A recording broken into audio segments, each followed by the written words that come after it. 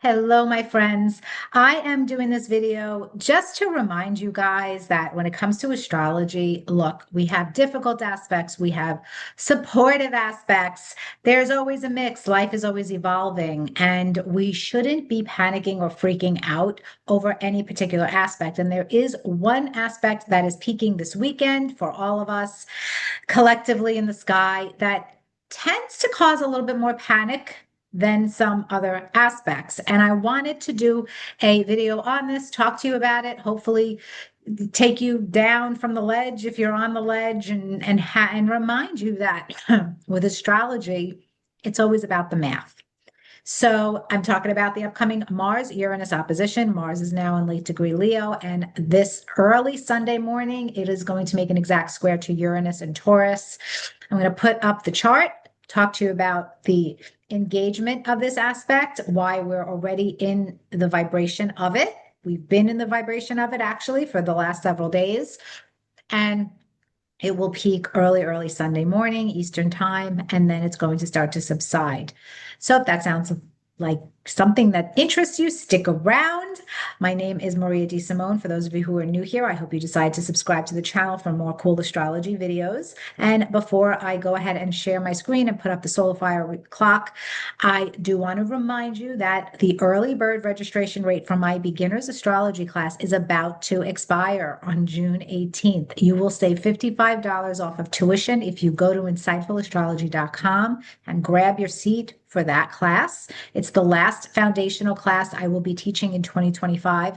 And in this class, I cover with you not only the basic structure of a birth chart, planet signs, houses, elements, and modes, but we also talk about matters like fate versus free will. I help you to start to learn how to think astrologically for yourself, and I unblock you. So if you are already someone who's been studying astrology for a while and you think that this foundational class doesn't have anything to teach you, but you are also a student who feels blocked and unable to go on to meaningful horoscope analysis, it's because there's an issue at this foundational level and you need to get unstuck. And I am really good at helping get people who've been studying astrology for a while unstuck in those areas so that you can freely move forward in your astrological studies and development and growth. So I hope you decide to join me for that class. All classes are personalized using your charts in the homework assignments. They're recorded. And if you can't attend live, don't worry, you get access to the recordings. And with my new website, I have an exciting new student portal with the Insightful Astrology School on my website that really allows you to see everything you need for the class right there. You'll have access to it for a full year after your class. And I hope you decide to join. All right, now let's put up this clock and talk about this panicky aspect that has a lot of people on edge. And look, I understand why you're on edge, okay? I understand. I get it, especially if you live in the United States. Right now, we are dealing with the LA riots, and the symbolism is, excuse me, it's remarkable, it's eerie, it's unsettling for sure, but this can be an aspect of erratic violence because when we're looking at squares, we have to understand and we have to accept, okay, accept that squares invite conflict. Squares in astrology really it does mean that you're going to be dealing with the shadow energy of whatever the planets symbolize.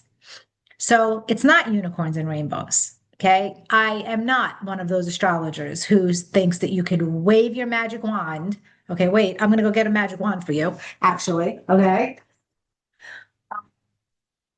Yeah. It's a little one. It's a little wand, but I am not one of those astrologers who thinks that I could wave my magic wand and say, guess what? We're turning this square into a trine. No, that's bullshit. That's not how astrology works. And if you want to believe in that fairy tale nonsense, you're going to really limit yourself in your understanding of astrology and your ability to use it as a tool for personal growth and development. So I'm not feeding you that BS. I'm just not doing it. A square invites conflict. We're seeing this right now in the world For sure, especially if you live in the United States, but other parts of the world, I'm sure. The reason, the United States is not the only place in the world by far having any kind of chaos and conflict right now. There are places in the world that are having far more difficult experiences than what's going on here. Having said that, Mars is the planet of war. Mars is anger. Mars is a malefic in astrology. In when Mars is being used constructively, we are talking about this gas in your fuel tank that will not stop, that is going to get you to the finish line in whatever it is that you're trying to achieve. We're talking about courage. We're talking about incredible bravery when Mars is functioning well. But when Mars is short circuited in the sky by another planet that it is in a square to, we're going to see the shadow of Mars, which is anger, which is war, battle, and possibly a misuse of anger, which can lead to violence. Uranus in astrology is the great disruptor of the zodiac. Now, Uranus, when it's functioning well, we're talking about incredible, sudden breakthroughs, the aha moments, revolution that serves you, revolution that is going to be progressive and positive. But when Uranus is engaged in a square aspect, the shadow's coming in. And now we're talking about chaos. We're talking about sudden reversals. When Mars and Uranus are together in a square, in particular, we tend to see sudden violence, sudden accidents, because Uranus makes Mars sloppy.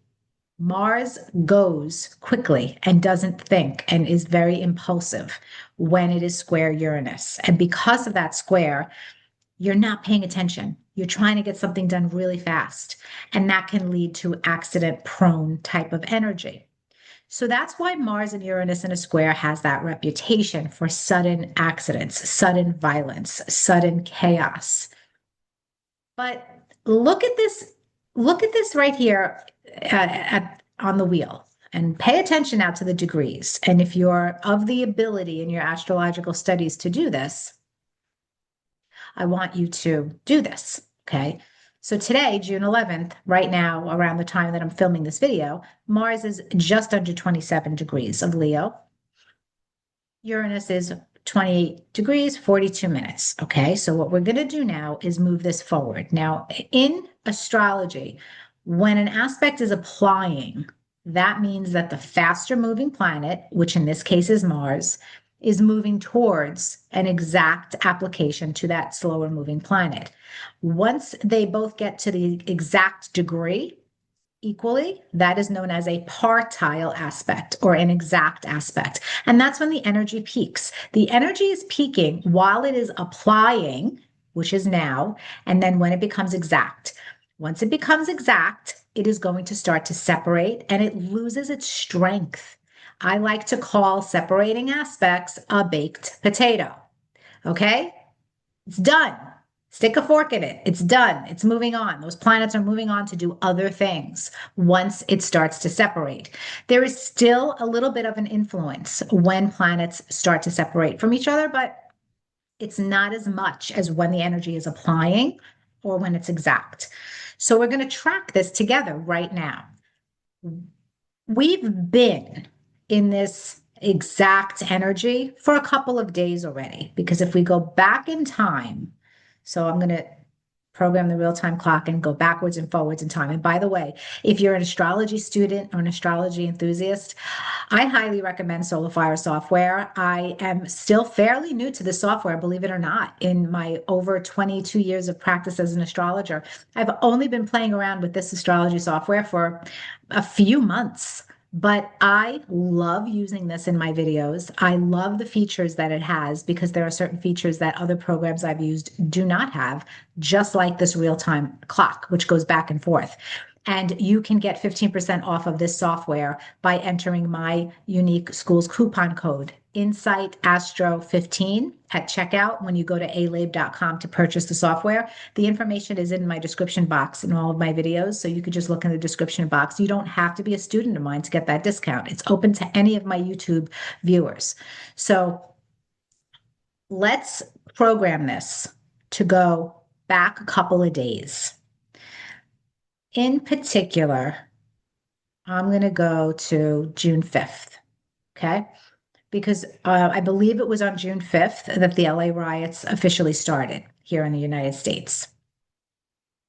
And you can see that the orb of this aspect is just under 5 degrees at this point. So 23 and a half, 28 and a half. So this is approximate. Now, the riots, I don't know what time they started, and I'm programmed for Eastern time, not Pacific time, where it started. So this is an estimation here. We're not being exact. But you can actually see, legitimately, objectively speaking, that this aspect starts to manifest quite a few days before it becomes exact, which is going to be early on the 15th. So here is when the sudden violence, the military was called in, all of that as we get into June 6th, between June 5th and June 6th. Now we're in a 4-degree applying aspect. June 7th, we're getting closer. June 8th, now we're at 3 degrees. This is the hot degree moment. Okay. Most astrologers will tell you that an aspect is super engaged, supercharged, ready to go when it is applying within 3 degrees. It's on. And this began June 8th into June 9th. And here we are, June 9th. And then we get to today and watch and see as we get into tomorrow and the 13th and the 14th, how Mars gets closer and closer to that exact square. And we can make it completely exact by focusing on the hours. And it moves Mars. And what we want is we want to see, well, when does Mars get to 28 degrees, 54 minutes-ish? And it's around June 15th. And it's going to be, technically it's at 5:47 a.m. I'm looking at my astrology calendar right now. So if I wanted to be absolutely like anal and perfect, we can go to 5:47 a.m. and you'll see that it's exactly square. Okay. So I'm just going to highlight the square for you, draw it, and then we're going to talk about what this can mean for you and when it might be important for you and who it is important for, because it's not going to affect everybody. So this square between Mars and Uranus, it's at just under 29 degrees of the signs, Leo and Taurus.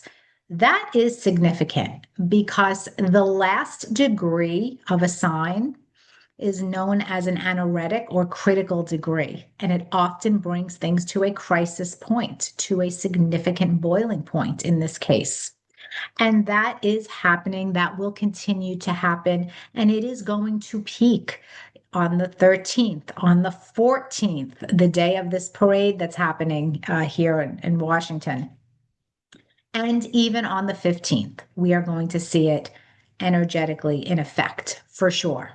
Okay, so if you have in your personal birth chart planets, and I mean personal planets, okay, the personal planets, Sun, Moon, Mercury, Venus, Mars, those planets in particular, or one of your angles, the ascendant, the descendant, the 4th house cusp, the 10th house cusp, if you have any of those points in your birth chart within a 3-degree orb of this square. So I'll do the math for you, okay? Because everybody is always in the comments, well, what about if it's this? What about if it's that?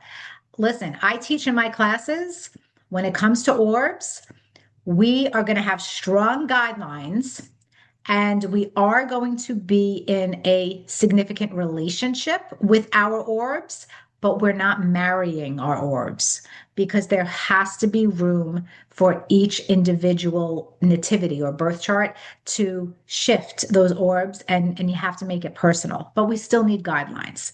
So the guideline here is going to be 3 degrees in either direction. So roughly, if you have planets or points at 25, 26, 27, 28, 29 degrees of Taurus, Leo, Scorpio, Aquarius, you guys are going to feel this square personally in your life, and it is going to come out in some way.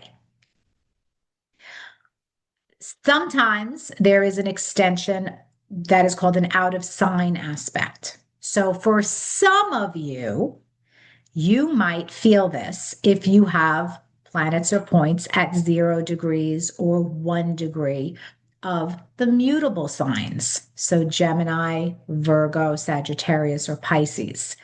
I'm not going to argue with you if you tell me that you're feeling it there. I'm typically pretty stingy, and I would use like a 1 degree orb if it becomes an out of sign aspect. So I'm going to be a little more stingy there and say 0 degrees of the mutable signs. I'll give it to you without hesitation. But I want us to be discerning. I don't want all of you looking at your chart thinking, oh my God, this is affecting me and my world is crumbling. And we don't care about the sextiles and the trines. We don't care. It doesn't matter. We care about the conjunctions, the squares, that if this square is connecting in your birth chart to another planet by square, by conjunction, it is absolutely going to be manifesting. And the opposition means by default that one of these planets that you're staring at will be connecting to it by square. So if you want to, just to clear your head, square, opposition, conjunction, that's what matters here. So if this is your chart that we're talking about, and this aspect is plugged in to one of your personal planets, does it mean that your whole life is about to fall apart? No, no. Here's what it means. Put this in context, guys. What it actually means is that you're in the middle of a Uranus transit, right? Transiting Uranus is making a conjunction, square, or opposition to a point or a planet in your birth chart right now. If the math fits what I'm telling you, and in particular, if we're really close, like 26, 27, 28, 29 degrees, then you're in this for sure. And that is the transit that is really coming out for you. So let's say you're in the middle of transiting Uranus, squaring your Mercury placement, and Mercury is in Leo. Okay? That's your transit that you're having right now. Mars, by transit, serves as a trigger in astrology, and it triggers, it inflames, it infuriates, it aggravates, it creates energy to such a level that it's going to detonate the bomb of what your bigger transit is that's happening. So Uranus square Mercury in this case, in this example, right? So now Mars is going to come up, excuse me, and it is going to make a conjunction to this imaginary Mercury in Leo this weekend, right? But Uranus is squaring that. And that means that the promise, the transiting promise of what is happening in your life experientially connected to Uranus Mercury matters is being triggered this weekend. That's the energy that's being triggered. So what is Mercury? Mercury is siblings, it's communication, it's travel. So depending on where your Mercury is placed, it could indicate something else. Let's say Mercury is in your 10th house of career. You might get sudden news that you're losing a job or that your boss got hurt. or that a parent needs attention in some way. See how this can come out?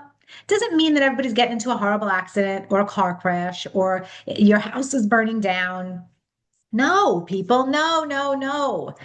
We have to put astrology in its place. We have to be stingy, judicious astrologers when we're talking about these complicated and difficult aspects in the sky so that we don't panic, so that we see it for what it is and we don't create problems. And what can you do? Okay, so here's what you can do proactively under a Mars Uranus square if it is affecting your birth chart in particular. What you're going to do is take a breath. You're going to calm down. You are going to do things much slower than you normally would. You are going to double check your work, your steps, your activities. You're not going to rush at the gym because maybe you'll drop a weight and hurt yourself. You're not going to be on your phone while you're crossing the street like half of the idiots I see all the time. I mean, I don't understand that at all. On your phone while you're crossing the street. What is wrong with people? If you did that in Italy, you'd be dead. Nobody in Italy dares to walk across the street with their hand like this down in their phone. When you're crossing the street, you're supposed to look both ways, like your mama taught you, and focus on your surroundings. Okay. You're not going to go into a busy train with your headphones on, staring at your phone, and not look at your surroundings because you could put yourself in a dangerous situation if you are not paying attention to your surroundings. So you're not going to do those foolish things, especially under this type of energy. Okay? You're going to pay attention to the speed limit. You're not going to get caught up in road rage. You're not going to send an email or a text to somebody in haste reactively. These are the things that you can do to just get through the energy. If you find yourself simmering and caught up and in this embroiled, feeling of anger and frustration, do what you got to do to sit with it and to chill out. Put some duct tape over your mouth if you have to. You'll get through it. So I hope this video was helpful in putting this particular aspect in context. I'm not minimizing it. I know that we're probably going to hear a lot in the news over the next couple of days. Look, and we already are. But that is because it is hitting the birth charts of places, locations have birth charts. And key political figures, they have birth charts. This aspect is hitting those birth charts. It's triggering those birth charts. And that's why we're hearing all of this energy in the news right now about those particular people and about these particular locations. So it doesn't mean that you have to hide under a rock and not live your life this weekend. I am certainly living my life to the fullest. I mean, I'm going to see an alien channeler with my best friend Doreen. We've had tickets for months. Me, her, and her husband. We're going to see this Daryl Anka Bashar. He's an alien channeler, and we're going. So I am traveling out of the state this weekend. I'm driving my car. I'm driving through Manhattan. I'm not stressing about it because I'm going to live my life. I'm just going to be aware of my surroundings. I'm just going to be cautious. I'm going to be extra vigilant. That's all. That's all. And live your life to the fullest. Be happy. I hope this helped. I'm going to shut up now. I'll talk to you soon. Bye.